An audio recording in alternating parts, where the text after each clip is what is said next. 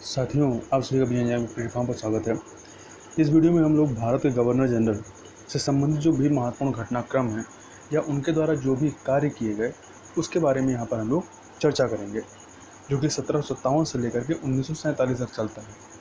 तो थोड़ा सा बैकग्राउंड देखें तो भारत में अंग्रेज़ों के 3 केंद्र बंगाल, मद्रास और बम्बई में थे। इसमें बंगाल को सबसे ज़्यादा महत्ता प्रदान की। बंगाल में सर्वप्रथम हेजेज को गवर्नर बनाया गया। वैसे प्लासी के युद्ध के समय बंगाल के गवर्नर जो थे वो ड्रेक थे, परंतु प्लासी के युद्ध में अंग्रेजों को विजय दिलाने में दक्षिण भारत में एक क्लर्क के रूप में नियुक्त क्लाइव की महत्वपूर्ण भूमिका थी। उसे बाद में बंगाल में एक सेनापति के रूप में भेजा गया, जहां उसने अंग्रेजों को प्लासी के युद्ध में विजय दिलाने में महत्वपूर्ण भूमिका अदा की। इसी प्लासी के युद्ध में विजय के बाद विधिक रूप से क्लाइव को बंगाल का प्रथम गवर्नर बना दिया गया। अब यहाँ पर हम लोग क्लाइव से प्रारंभ करेंगे और आगे तक चलते जाएंगे। तो सबसे पहले यदि हम क्लाइव की बात करें तो क्लाइव को जो गवर्नर बनाया जाता है, कब बनाया जाता है? आपका 1757 में प्लासी के युद्ध के बाद। तो क्लाइव जब पहली बार गवर्नर बनता है तो ये 1757 से लेकर के 1760 तक गवर्नर रहता है। क्लाइव के बाद जो है हालवेल को गवर्नर बनाया जाता है 1760 में, और क्लाइव जो है यह एक अस्थायी गवर्नर के रूप में यह पदभार ग्रहण करता है। और जो ब्लैक होल की दुर्घटना है या जो ब्लैक होल की घटना है उसका उल्लेख जो है हालवेल के द्वारा ही किया गया है। हालवेल के बाद बेंसिटार्ड जो है यह गद्दी पर बैठता है। तो बेंसिटार्ड जो है आपका 1760 से लेकर के 1765 तक रहता है। तो ये जो आपका बक्सर का युद्ध होता है 1764 में, वो बेंसिटार्ड के गवर्नर काल में ही होता है। अब 65 के बाद फिर जो है ये बेंसिटार्ड के बाद जो है क्लाइव, लॉर्ड क्लाइव फिर से गवर्नर बनता है, दोबारा गवर्नर बनता है। पहले 1757 से 60 तक, फिर ये दोबारा जब गवर्नर बनता है 1765 से लेकर के 67 तक। तो यहाँ पर देखें जब ये आता है तो ये 1765 की इलाहाबाद की प्रथम संधि करता है। तो इस प्रकार से बक्सर का युद्ध पहले हो जाता है। बक्सर के युद्ध के बाद क्लाइव आता है और यहाँ पर यह 1765 की इलाहाबाद की प्रथम संधि करता है। फिर 1765 में ही यह इलाहाबाद की द्वितीय संधि करता है, और 1765 में ही यह जो है बंगाल में द्वैत शासन लागू करता है। और 1765 में व्यापार समिति या सोसाइटी फॉर ट्रेड, जिसमें नमक, तंबाकू और सुपारी के व्यापार का जो है एकाधिकार दिया जाता है जो कंपनी के कर्मचारी थे। इसके बाद यहाँ पर दोहरा वेतन भत्ता संबंधित एक विवाद भी होता है। इसमें होता है कि इस समय कंपनी के वे कर्मचारी जो बंगाल के बाहर नियुक्त होते थे उन्हें दोहरा वेतन भत्ता मिलता था। क्लाइव ने इसे बंद कर दिया। इसी को लेकर मुंगेर और इलाहाबाद में के अंग्रेज अधिकारियों ने विद्रोह कर दिया। इसे श्वेत विद्रोह के नाम से जाना गया। अब क्लाइव के बाद जो है बेरलेस्ट आता है। बेरलेस्ट का जो कार्यकाल रहता है 1767 से लेकर 1769 तक। तो इसने सोसाइटी फॉर जो ट्रेड था उसको समाप्त करता है बेरलेस्ट। बेरलेस्ट के बाद कर्टियर आता है 1769 से लेकर के 72 तक। तो 1770 का जो बंगाल का प्रथम अकाल पड़ता है वो आपका कर्टियर के समय में ही पड़ता है। आगे चलें तो कर्टियर के बाद जो है वारेन हेस्टिंग गवर्नर बन के आता है। तो 1772 से लेकर के 1785 तक रहता है, परंतु इसमें दो तरह का कार्यकाल होता है। एक तो बंगाल के गवर्नर के रूप में 1772 से लेकर 1773 तक रहता है। फिर जो है 1773 का रेगुलेटरी एक्ट पास होता है और उसके जरिए इसको जो है गवर्नर जनरल बनाया जाता है। तो ये प्रथम गवर्नर जनरल होता है और इस रूप में 1773 से लेकर 85 तक कार्य करता है। तो इसके बारे में और चीज़ों को देखें तो यह जब वारेन हेस्टिंग 1772 में बंगाल का गवर्नर बनता है तो ये बंगाल में द्वैत शासन की समाप्ति करता है, जो कि क्लाइव के द्वारा लागू की गई थी। इसके अलावा यह पंचशाला व्यवस्था की शुरुआत करता है 1772 में। उसके साथ ही राजस्व बोर्ड का गठन करता है 1772 में, और राजस्व कोष को मुर्शिदाबाद से कलकत्ता लेके आता है 1772 में। 1773 में बनारस की संधि करता है सिजाउद्दौला से। किससे करता है? अवध के नवाब शुजाउद्दौला से बनारस की संधि करता है, और 1773 में रेगुलेटरी एक्ट पारित किया जाता है और इसको बंगाल का प्रथम गवर्नर जनरल बनाया जाता है। भारत में न्यायिक सेवा का जन्मदाता जो है वो आपका वारेन हेस्टिंग को ही माना जाता है। इसके अलावा 1774 में कलकत्ता में सुप्रीम कोर्ट की स्थापना जो है इसी के समय में होती है, और इस सुप्रीम कोर्ट का जो प्रमुख न्यायाधीश था वो कौन था? एल्जा इम्पे था। तो मुख्य न्यायाधीश एल्जा इम्पे था। इसके अलावा 3 अन्य न्यायाधीश रहते हैं इसमें, चैम्बर्स, लिमेस्टर्स और हाइट थे। इसके अलावा 1775 में फैजाबाद की संधि करता है अवध के नवाब आसिफउद्दौला से। पहले वाला जो था वो सिजाउद्दौला से करता है, ठीक है, आपका 1773 में। फिर आकर के आगे चल करके 1775 में इस समय अवध का नवाब होता है आसिफउद्दौला, उससे फैजाबाद की संधि करता है। इसके अलावा एक व्यक्ति था नंद कुमार, जो कि पहले मुर्शिदाबाद का दीवान था, मतलब मुर्शिदाबाद का भूतपूर्व दीवान था। इसको जो है वारन हेस्टिंग मुख्य न्यायाधीश एल्जा एम्पी के साथ मिल करके 1775 में नंद कुमार को फांसी दिलवा देता है, और इसी को क्या कहा जाता है? न्यायिक हत्या कही जाती है, मर्डर ऑफ जुडिशरी सिस्टम कहा जाता है, या जुडिशियल किलिंग कही जाती है। इसके अलावा इसी के समय में मनुस्मृति का अंग्रेजी में अनुवाद होता है अ कोड ऑफ जेंटू के नाम से 1776 में, और यह पहली पुस्तक थी, ठीक है, जिसका अनुवाद अंग्रेजी में किया जाता है। तो यह मतलब भारत की प्रथम पुस्तक थी जिसका अंग्रेजी में अनुवाद किया गया था। आगे देखें इसमें, तो 1784 में एशियाटिक सोसाइटी की स्थापना की जाती है।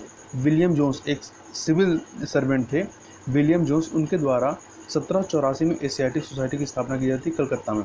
और इससे पहले यदि देखें तो 1777 में एक साला व्यवस्था लाता है, 1772 में जो है पंचसाला लाता है, और 1777 में एक साला व्यवस्था लाता है। 1781 में ये जो वारन हेस्टिंग है, ये कलकत्ता में मदरसा की स्थापना करता है फ़ारसी के अध्ययन के लिए, क्योंकि यह फ़ारसी का विद्वान था, फ़ारसी भाषा जानता था। 1784 में एशियाटिक सोसाइटी की स्थापना की जाती है विलियम जोन्स के द्वारा कलकत्ता में। इसी के द्वारा वारन हेस्टिंग के द्वारा ही सर्वप्रथम कलेक्टर पद की शुरुआत की जाती है, और वारन हेस्टिंग एकमात्र ऐसा गवर्नर था जिस पर महाभियोग चलाया जाता है, ठीक है। तो मतलब ब्रिटिश संसद में जो है इस पर महाभियोग चलाया जाता, और चलाया क्यों गया था? तो इस पर जो महाभियोग चलाया गया था, यह मुकदमा हेस्टिंग की रुहेलों के प्रति नीति तथा अवध के बेगमों के साथ किए गए दुर्व्यवहार के कारण चलाया गया था, परंतु अंततः उसे सभी आरोपों से मुक्त कर दिया गया था। यहाँ पर थोड़ी चीज़ और देखें, जो एशियाटिक सोसाइटी के विलियम जोन्स थे, उन्हीं के साथ सोसाइटी के ही विल्किंस थे जिनको संस्कृत ज्ञान था। उन्होंने संस्कृत जो है भाषा वो इनको विलियम जोन्स को सिखाई, और इसके अलावा विल्किंस ने ही सर्वप्रथम 1784 में भगवत गीता का अंग्रेजी में अनुवाद किया। उसके बाद 1787 में हितोपदेश का तथा विलियम जोन्स ने जो है 1789 में अभिज्ञान शाकुंतलम का अंग्रेजी में अनुवाद किया था। आगे चलते हैं, आगे है जॉन मैकफर्सन। जॉन मैकफर्सन का जो कार्यकाल है 1785-86, यह भी एक अस्थायी गवर्नर था, और इसके बाद लॉर्ड कॉर्नवालिस गवर्नर के रूप में आता है 1786 से लेकर के 1793 तक यह गवर्नर के पद पर रहता है। इसके समय के महत्वपूर्ण कार्यों को देखें तो 1789 में यह दासों के व्यापार पर रोक लगाता है।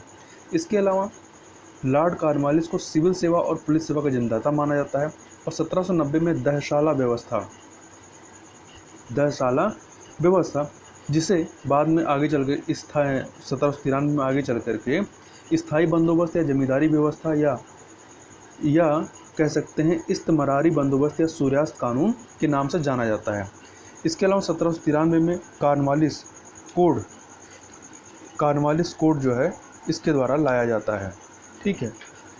तो यदि आप देखें कॉर्नवालिस कोड में क्या होता है, तो कॉर्नवालिस कोड जो है शक्तियों के पृथक्करण के सिद्धांत पर आधारित था। इसके माध्यम से राजस्व प्रशासन और न्याय प्रशासन को पृथक पृथक कर दिया गया था। तो याद रखिए कॉर्नवालिस कोड में क्या किया गया था। इसके अलावा इसकी मृत्यु जो है भारत में होती है, उसकी समाधि जो है वो बनारस के पास जो गाजीपुर है वहाँ पर स्थित है। अब कॉर्नवालिस के बाद जो है सर जॉन शोर गवर्नर के रूप में आता है, गवर्नर जनरल के रूप में 1793 से लेकर के 1798 तक। इसके समय की बात करें तो हैदराबाद के प्रति हस्तक्षेप की नीति का यह पालन करता है, और यह स्थायी बंदोबस्त या जमींदारी व्यवस्था का समर्थन करता है। मतलब यही वह व्यक्ति था जिसने समर्थन किया था जब कॉर्नवालिस को लागू करता है। इसके अलावा इसके बाद जो है लॉर्ड वेल्जली गवर्नर बन के आता है, गवर्नर जनरल 1798 से लेकर 1805 तक के लिए। इसके समय की महत्वपूर्ण बातें क्या थी, तो 1799 में प्रेस पर सेंसरशिप जो लगाने का कार्य है वो लॉर्ड वेल्जली के द्वारा किया जाता है। इसके अलावा 1800 में यह फोर्ट विलियम कॉलेज की स्थापना करता है। फोर्ट विलियम कॉलेज की इसके द्वारा स्थापना की जाती है, ठीक है। और किसके लिए? आईसीएस के प्रशिक्षण के लिए। इसकी जो प्रसिद्धि है वो सहायक संघ तथा सब्सिडरी अलायंस प्रणाली की शुरुआत के लिए ज़्यादा है। इसके बाद जॉर्ज बार्लो जॉर्ज बार्लो के बारे में बात करें तो इसका कार्यकाल 1805 से लेकर 1807 तक रहता है। 1806 में कर्नाटक के वेल्लोर में प्रथम धार्मिक विद्रोह होता है। और यहाँ के इसमें होता क्या कि यहाँ के प्रशासक लॉर्ड विलियम बेंटिक ने सैनिकों को उनके जाति चिन्हों जैसे तिलक लगाना, पगड़ी पहनने पर रोक लगा देता है। और ये जो विद्रोह होता है इस समय मैसूर जिले में चूँकि टीपू के पुत्र बनते तो उन्होंने इस विद्रोह को हवा दी थी। आगे चलते हैं। अगला है लॉर्ड मिंटो प्रथम। तो लॉर्ड मिंटो प्रथम का जो गवर्नर के रूप में कार्यकाल रहता है वो आपका 1807 से लेकर के 1813 तक रहता है। इसके समय की महत्वपूर्ण बातों को देखें तो 1809 में अमृतसर की संधि होती किसके बीच में? रणजीत सिंह और अंग्रेजों की तरफ से चार्ल्स मेटकाफ के मध्य में, ठीक है। और इसमें सतलज नदी को दोनों राज्यों की सीमा मान लिया जाता है इस संधि में। आगे देखें। अगला है लॉर्ड मिंटो प्रथम के बाद लॉर्ड हेस्टिंग 1813 से लेकर के 1823 तक। इसके समय के महत्वपूर्ण घटनाक्रमों की बात करें तो 1814 से लेकर 1816 तक प्रथम आंग्ल नेपाल युद्ध होता है। एक ही नेपाल युद्ध होता है, तो आंग्ल नेपाल युद्ध होता है। और इसकी समाप्ति जो है संथोली की संधि के माध्यम से होता है। इसके अलावा लॉर्ड हेस्टिंग के समय में ही तृतीय आंग्ल मराठा युद्ध होता है। 1817 से लेकर 1818 तक। और इसके बाद मराठा संघ का अंत कर दिया जाता है और एक छोटा सा राज्य सतारा बना दिया जाता है। इसके अलावा लॉर्ड हेस्टिंग के समय में कुछ अन्य चीज़ें होती हैं, जैसे पिंडरियों का दमन इसी के समय में होता है। और इसके लिए ये विशेष अधिकारी थॉमस हिस्लोम को नियुक्त करता है और उसका एक सहायक मैल्कम को नियुक्त करता है। पिंडरियों के बारे में बात करें तो मल्हारराव होलकर ने इनको सुनहरा झंडा दिया था, अर्थात मल्हारराव होलकर का पिंडरियों को समर्थन था।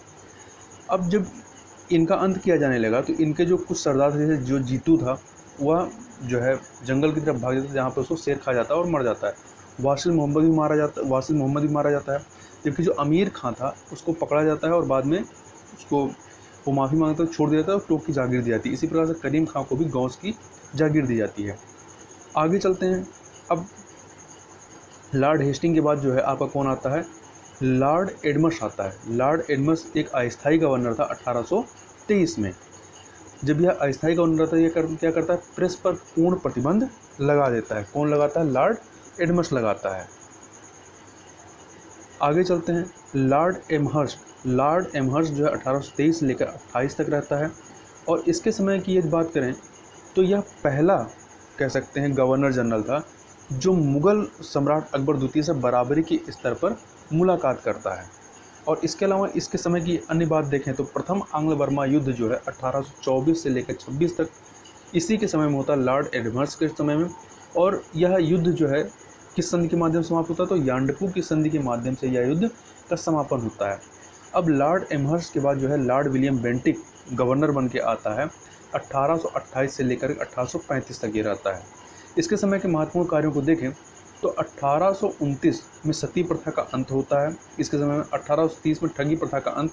इसके लिए एक विशेषकर कार्ल स्लीमन को नियुक्त करता है। 1831 में कुशासन के आधार पर मैसूर का विलय किया जाता है। 1833 का चार्टर अधिनियम जो है इसी के समय में लागू होता है।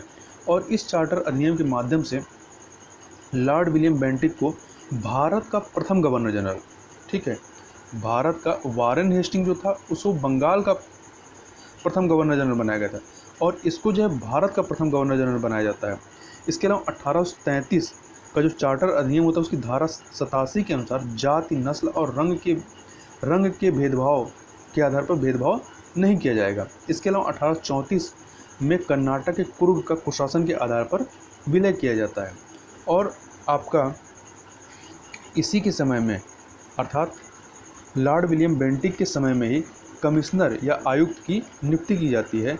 और 7 मार्च 1835 में 1835 को फ़ारसी की जगह अंग्रेज़ी भाषा को अंग्रेज़ी शिक्षा को माध्यम बनाया जाता है।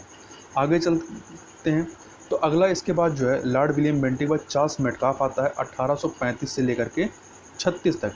चार्ल्स मेटकाफ को समाचार पत्रों का मुक्तिदाता कहा जाता है। और इसके बाद यदि आप देखें तो चार्ल्स मेटकाफ के बाद लॉर्ड ऑकलैंड गद्दी पर बैठता है। लॉर्ड ऑकलैंड 1836 से लेकर के 42 तक, 1836 से लेकर 42 तक।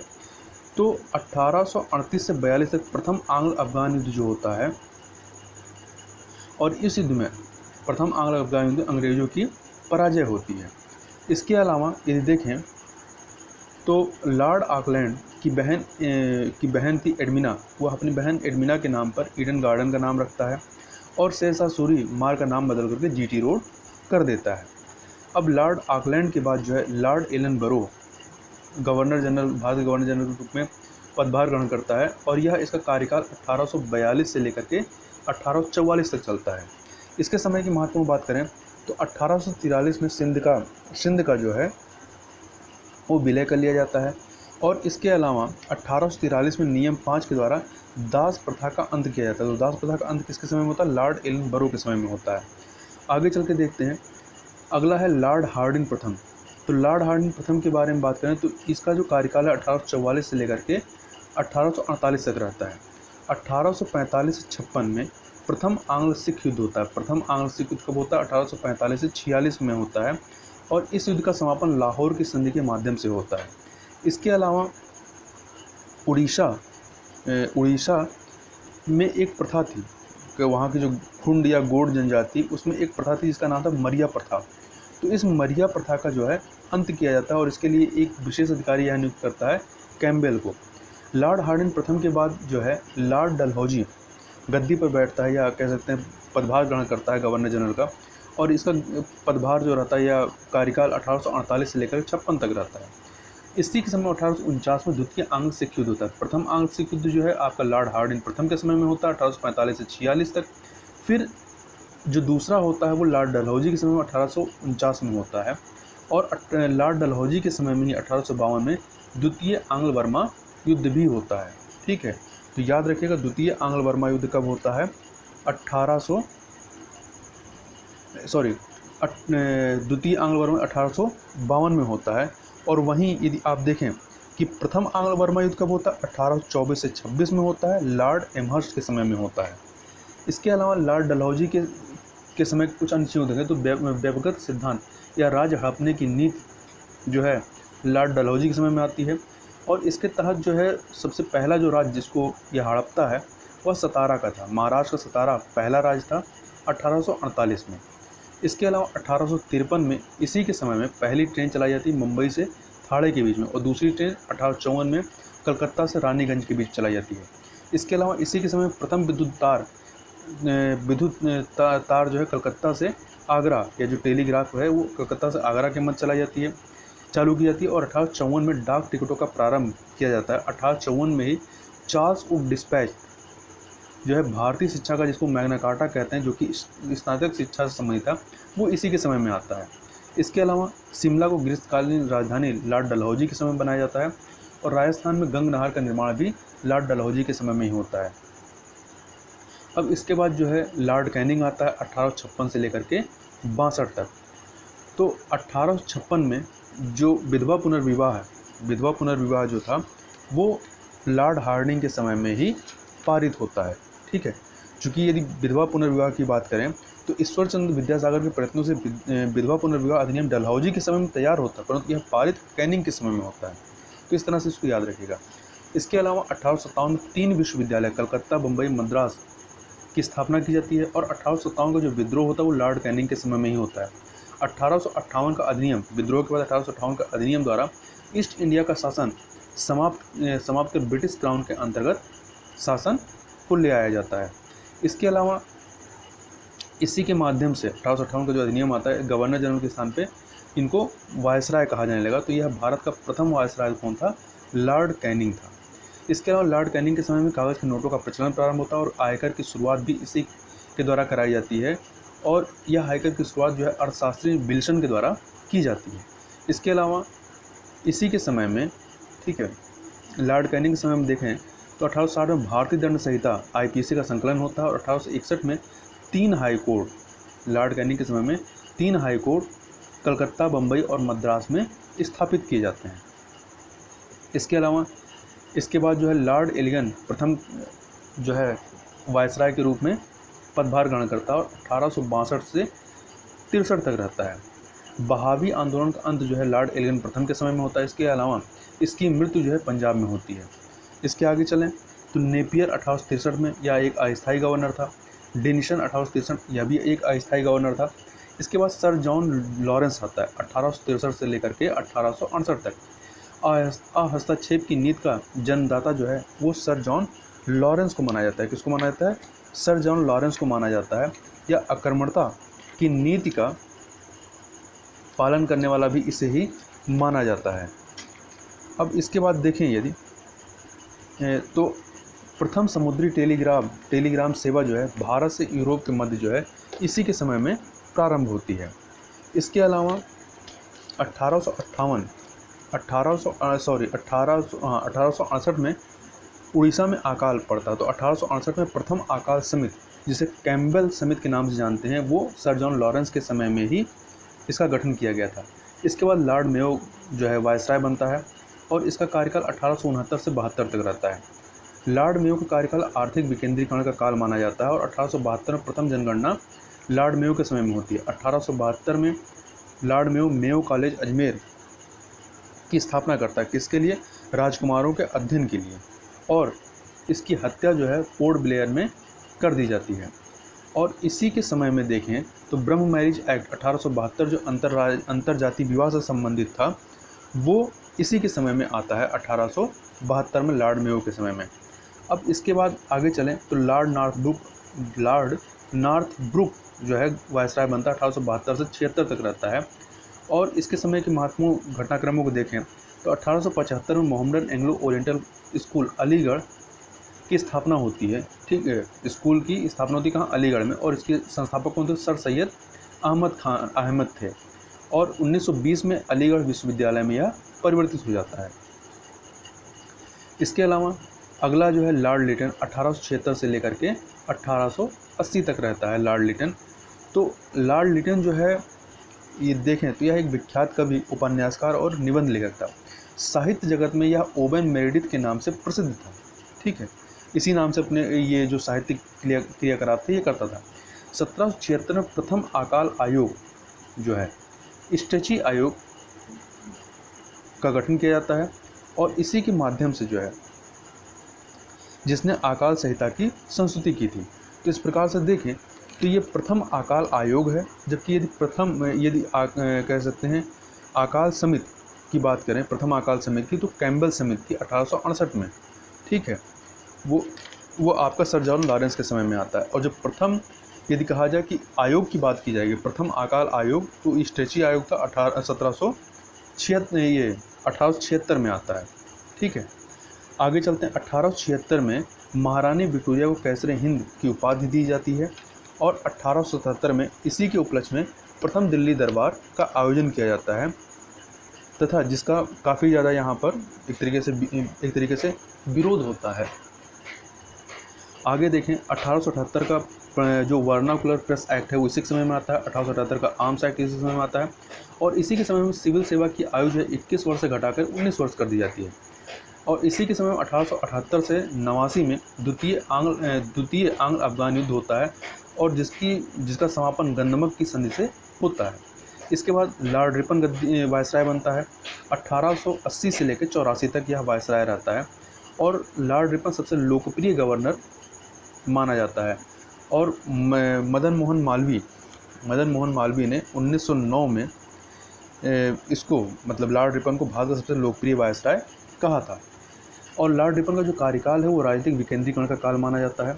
इसके अलावा स्थानीय स्वशासन की शुरुआत जो है इसी के समय में होती है और नगर पालिकाओं का गठन भी इसी के समय में होता है।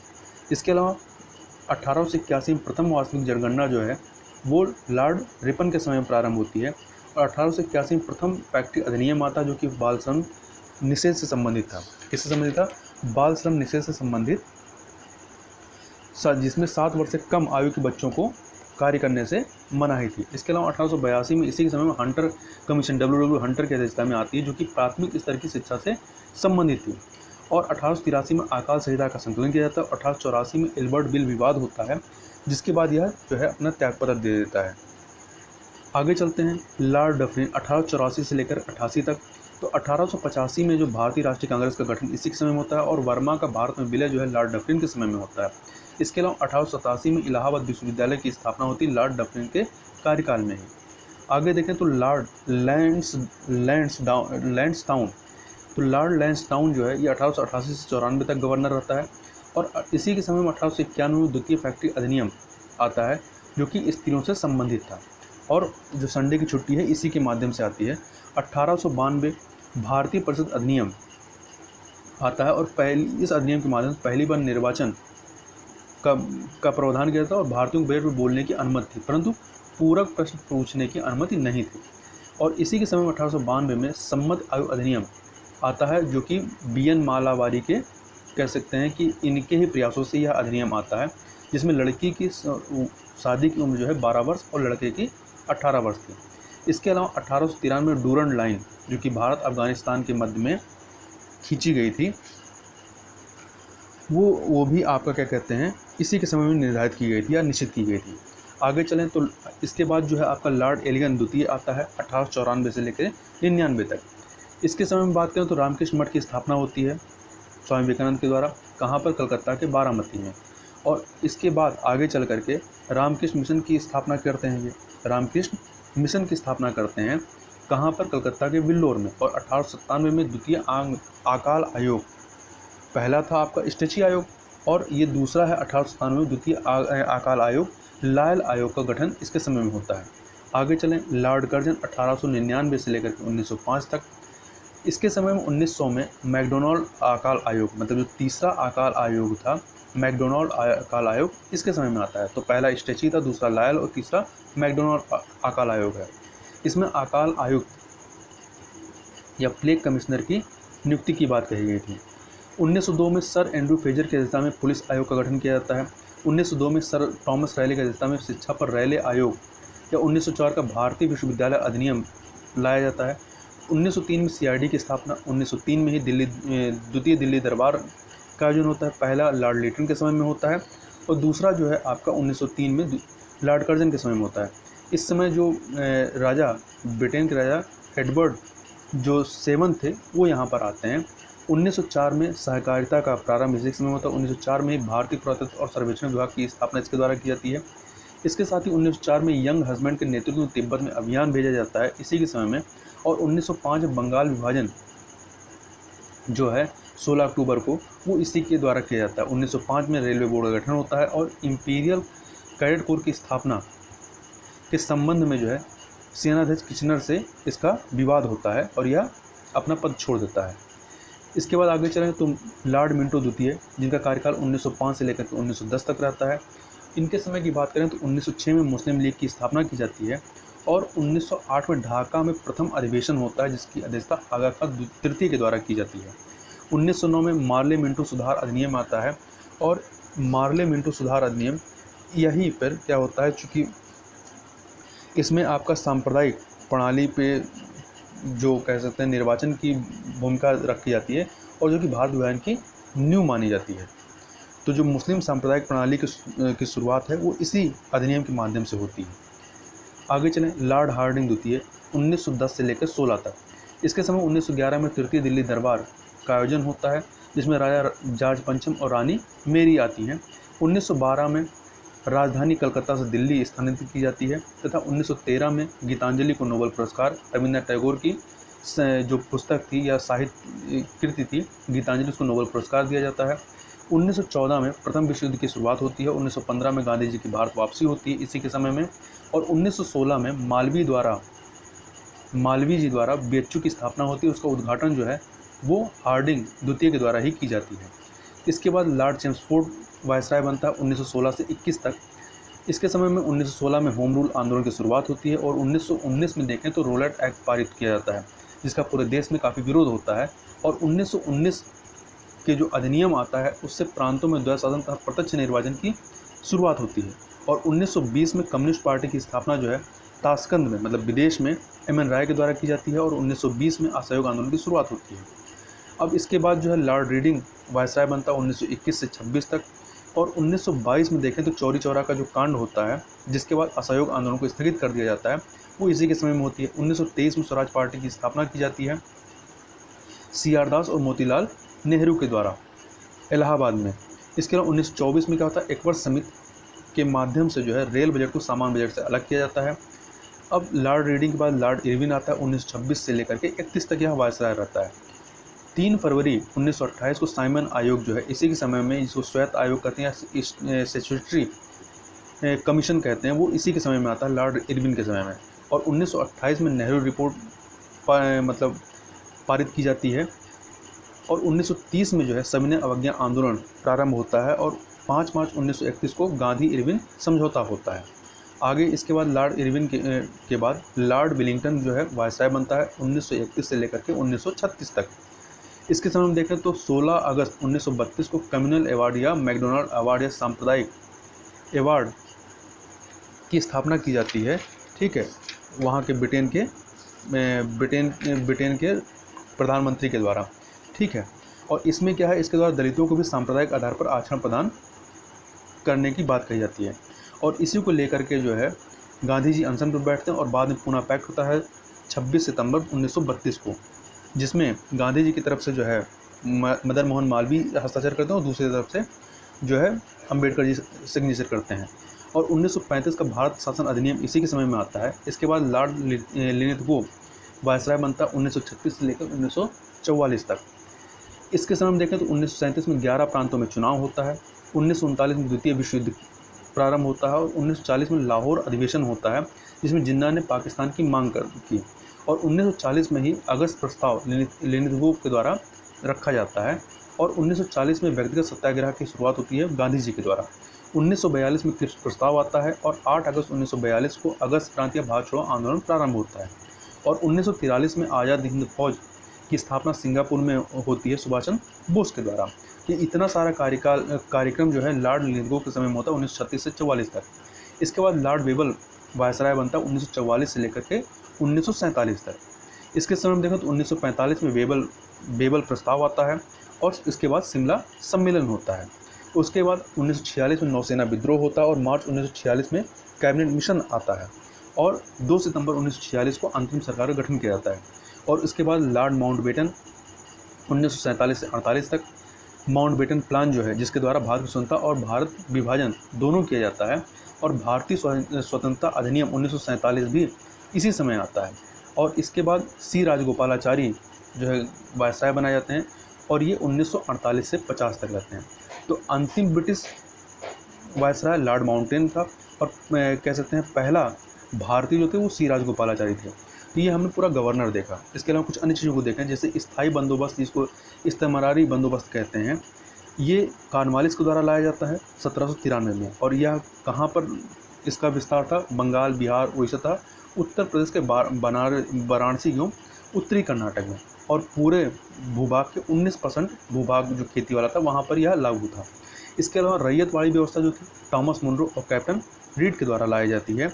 और यह तमिलनाडु के बारामहल जिले, मद्रास, बम्बई के कुछ हिस्से, पूर्वी बंगाल, असम तथा कुर्ग में इसका विस्तार था और यह 51% भूभाग पे आच्छादित था।